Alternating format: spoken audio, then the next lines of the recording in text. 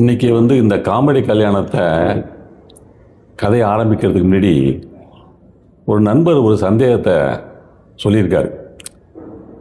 அது போன இதில் சிதம்பரம் ஒரு தன்னுடைய மருமகள் எப்படி வரணுங்கிறத பற்றி ஒரு பாட்டு பாடினார்.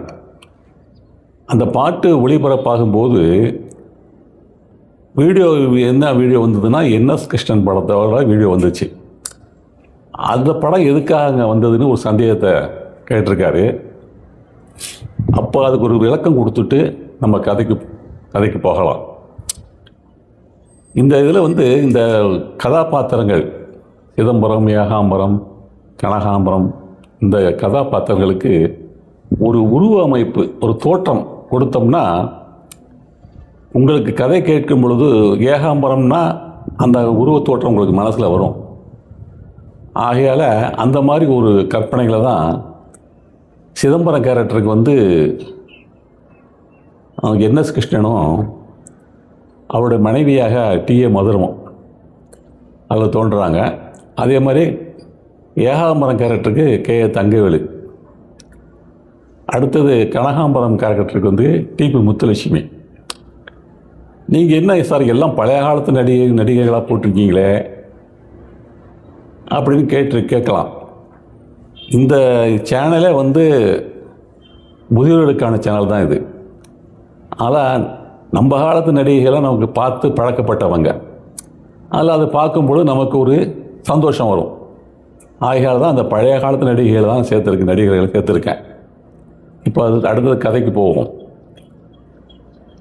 நாங்கள் பீதாம்பரம் வீட்டிலேருந்து அந்த பொண்ணை பார்த்துட்டு அதுக்கப்புறம் எங்கள் சொந்தக்காரன் வீட்டு பொண்ணை அந்த வீட்டு அம்மாவையும் போய் கேட்டுட்டு வரும்பொழுது எங்களுக்கு கிடைச்ச தகவல் அவ்வளவுக்கு மனசில் ஒரு ஊக்கத்தை கொடுக்கல, மனச்சோர்வு ஏற்படுத்திடுச்சு. ஏன்னா அந்த பொண்ணு பார்த்தோமே, இந்த பொண்ணை நம்ம சிதம்பரத்துக்கிட்ட சொல்லி கல்யாணத்துக்கு ஏற்பாடு செய்யலாமே அப்படின்னு யோசனைகள் இருக்கும் பொழுது இந்த மாதிரி ஒரு குறையுள்ள பொண்ணை போய் நம்ம எப்படி சொல்கிறது அப்படின்னு நானும் என் மனைவியும் மனசஞ்சலத்தோட கவலையோடு வீட்டுக்கு சேர்ந்தோம். அந்த இதோட நான் ஒரு வாரம் எனக்கு போயிடுச்சு. இது எப்படி போய் சிதம்பரத்துக்கிட்ட சொல்கிறது அப்படின்னு அப்படியே தள்ளி போட்டுக்கிட்டே இருந்தேன். கடைசியில் சரி ஒரு வாரம் கழிச்சு போய் பார்த்துட்டு வருவோம் சிதம்பரத்துக்கிட்ட அப்படின்னு கிளம்பி தாம்பரத்துக்கு போய் சிதம்பரம் வீட்டுக்கு போனேன். அங்கே சிதம்பரம் ரொம்ப இன்னும் கொஞ்சம் கவலை தோய்ந்த முகத்தோடு உட்காந்துருந்தார். அப்புறம் கேட்டேன் என்னங்க விஷயம் அவர் கேட்டார், என்னங்க ஏதாவது பொண்ணுங்கன்னு பார்த்தீங்களா, ஏதாவது கிடச்சிதா அப்படின்னு கேட்டார். நான் பார்த்த விஷயத்தை அவர்கிட்ட சொல்லலை, மழுப்பலாக பார்த்துக்கிட்டு இருக்கேங்க அப்படின்னு சொல்லி சமாளிச்சிட்டேன். அதுக்கப்புறம் என்ன சொன்னார்னா, நம்ம பையன் நிலைமை வர வர ரொம்ப மோசமாக போயிட்டுருக்குங்க, ஏகாம்பரம் ஏதோ புலம்புறான், ஏதோ தானுக்கு தானே பேசிக்கிறான், அதனால் அவனுக்கு சீக்கிரம் ஒரு பொண்ணை பார்த்து கல்யாணம் பண்ணிக்கிட்டான் நல்லதுன்னு நினைக்கிறேன். பார்த்தீங்க அவங்களோட நிலைமையை நீங்களே நேரில் பார்த்தீங்கன்னா தெரியும் உங்களுக்கு. அவன் தோட்டத்தில் அங்கே இருக்கான், அங்கே அவன் என்ன பண்ணிக்கிட்டு இருக்கான்னு கொஞ்சம் எட்டி பார்த்துட்டு வாங்கன்னாரு. சரின்னு சொல்லிட்டு நானும் எழுந்திரிச்சு கொல்லை பக்கம் போய் பார்த்தேன். ஏகாம்பரம் என்ன பண்ணிக்கிட்டு இருக்கான் அப்படின்னு பார்த்தா அவன் என்ன பண்ணான் தெரியுமா? இந்த பாட்டு காலம் மாறி போச்சுங்கிற படத்தில் எஸ்.சி. கிருஷ்ணன் பாடியது. இதுக்கு இசையமைப்பு மாஸ்டர் வேணும். இந்த பாட்டை கேட்டு பாருங்க.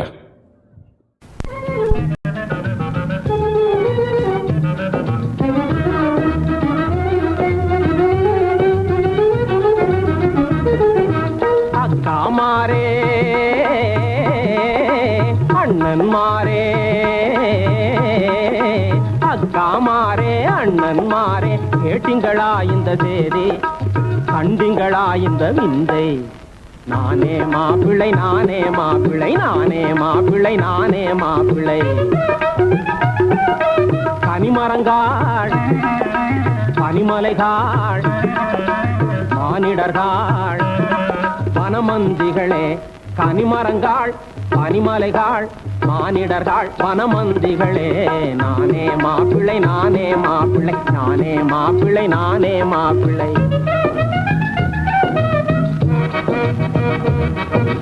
வந்து ஜனங்களும் வரலேனா, மூலதாளங்களும் இல்லேனா, உன்ன தந்தாலும் தரலேனாலும் கழுத்தில் தாலியை கட்டிடுவேன், நல்ல சாந்துமே அடிச்சிடுவேன்.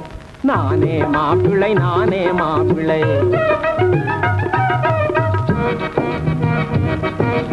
அழைச்சிட்ட பேருக்கு தாட்டல போடுவேன், அழைக்காம நுழைஞ்சா கதவை மூடுவேன். அத்தே மாமன் ஆவும் இன்னா உருட்டு மூங்கிலால் அடிச்சிடுவேன், லப லப லப என வாயில் அடிக்க செய்திடுவேன். நானே மாப்பிள்ளை, நானே மாப்பிள்ளை, நானே மாப்பிள்ளை, நானே மாப்பிள்ளை.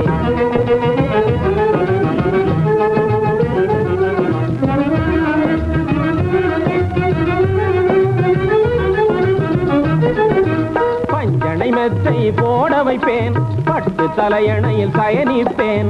பஞ்சனை மெத்தை போட வைப்பேன், பட்டு தலையணையில் சயனிப்பேன்.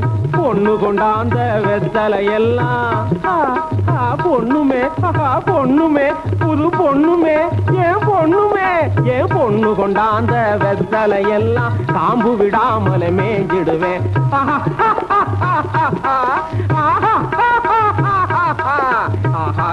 என ஆனந்திப்பேன். நானே மாப்பிள்ளை, நானே மாப்பிள்ளை.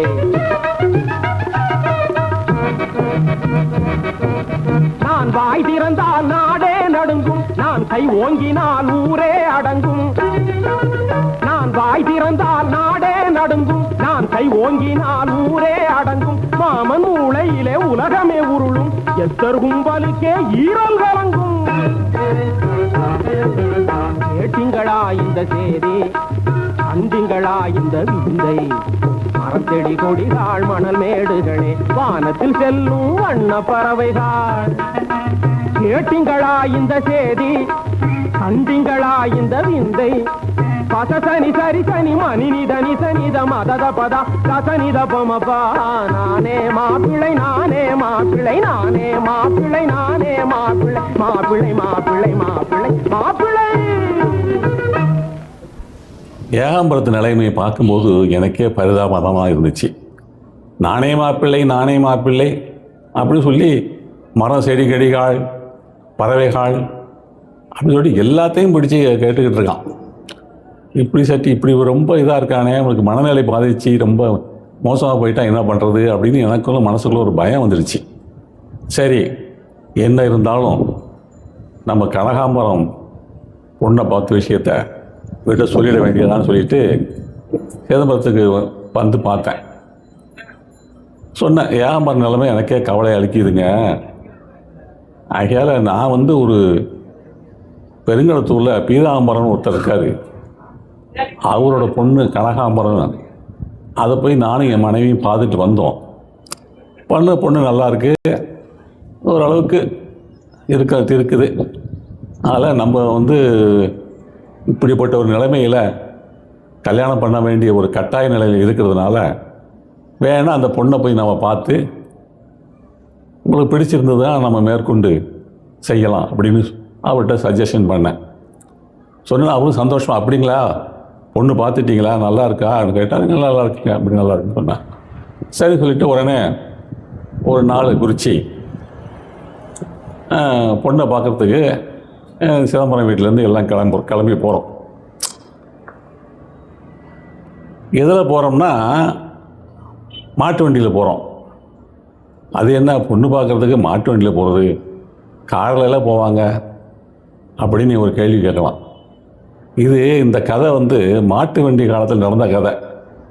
1950, 60 அந்த வாக்கில் நடந்த கதை. அப்போல்லாம் காரு இதெல்லாம் ஒன்றும் கிடையாது. யாராவது ஒருத்தர் 2 பேர்கிட்ட தான் கார் இருக்கும். எல்லாத்தையுமே வசதியான உள்ளவங்களும் ஒரு மாட்டு வண்டி தான் வச்சுருப்பாங்க வீட்டில். கொஞ்சம் சுமாராக உள்ளவங்க சைக்கிள் வச்சுருப்பாங்க. இப்படி தான் அப்போ இருந்த வாழ்க்கை. அதை மாட்டு வண்டியிலெல்லாம் கிளம்பி ஒரு 4 மாட்டு வண்டியிலெல்லாம் கிளம்பி பொண்ணு பார்க்குறதுக்கு கிளம்பி போகிறோம். அப்போ அந்த தாம்பரத்துலேருந்து பெருங்கலத்தூர் இப்போ இருக்கிற மாதிரிலாம் கிடையாது. அப்போ தாம்பரம் ஒரு பெரிய கிராமம். பெருங்கலத்தூர் ரொம்ப சின்ன ஊர். நடுப்புற பார்த்திங்கன்னா ஒன்றும் ஒரே வயலும் காடுமாக தான் இருக்கும். அதில் வந்து பிரயாணம் பண்ணி பொண்ணு பார்க்க எல்லோரும் போயிட்டோம். போய் பார்த்து பொண்ணு வீட்டுக்கு போய் பார்த்தோம், எல்லாம் நடந்தது. இப்போ வந்து நான் மாட்டு வண்டியில் போகும்போது அந்த வண்டிக்காரன் பாடிக்கிட்டே போகிறான். அந்த பாட்டை போய் கேளுங்க. இது வீரபாண்டிய கட்டபொம்மன்கிற படத்தில் சவுந்தரராஜனும் டிவி ரத்னம் பாடிய பாட்டு. இசை வந்து ஜி ராமநாதன். மாட்டு வண்டி பூட்டிக்கிட்டு மாப்பிள்ளைய கூட்டிக்கிட்டு, மாட்டு வண்டி பூட்டிக்கிட்டு மாப்பிள்ளைய கூட்டிக்கிட்டு, காட்டு வழி போறவளே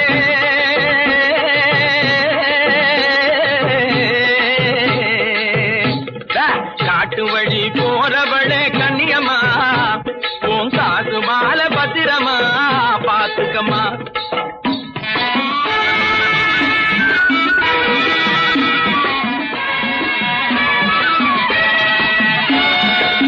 நல்லவரை போல சில கள்ளரும் இருப்பாங்க, நம்பி வரும் பாதையிலே கொள்ளையும் அடிப்பாங்க.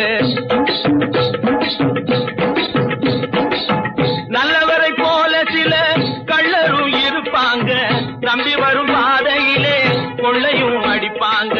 நாட்டை கூட காதுக்காக விற்பாங்க, நாட்டை கூட காதுக்காக விற்பாங்க. இந்த நாளையிலே தனிமை வேளையிலே, நாளையிலே தனிமை வேளையிலே, பொன்னான மாலையெல்லாம் பொட்டிக்குள்ளே வையம்மா, புருஷனையும் பத்திரமா பாத்துக்கம்மா.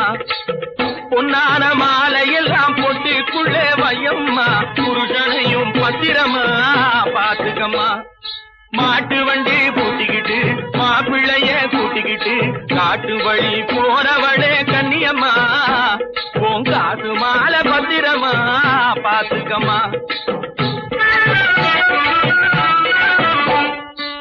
சேட்டைகளை பண்ணிக்கிட்டு நோட்டங்களை பார்த்துக்கிட்டு, சேட்டைகளை பண்ணிக்கிட்டு நோட்டங்களை பார்த்துக்கிட்டு, பாட்டுகளும் பாடணுமா பச்சையப்பா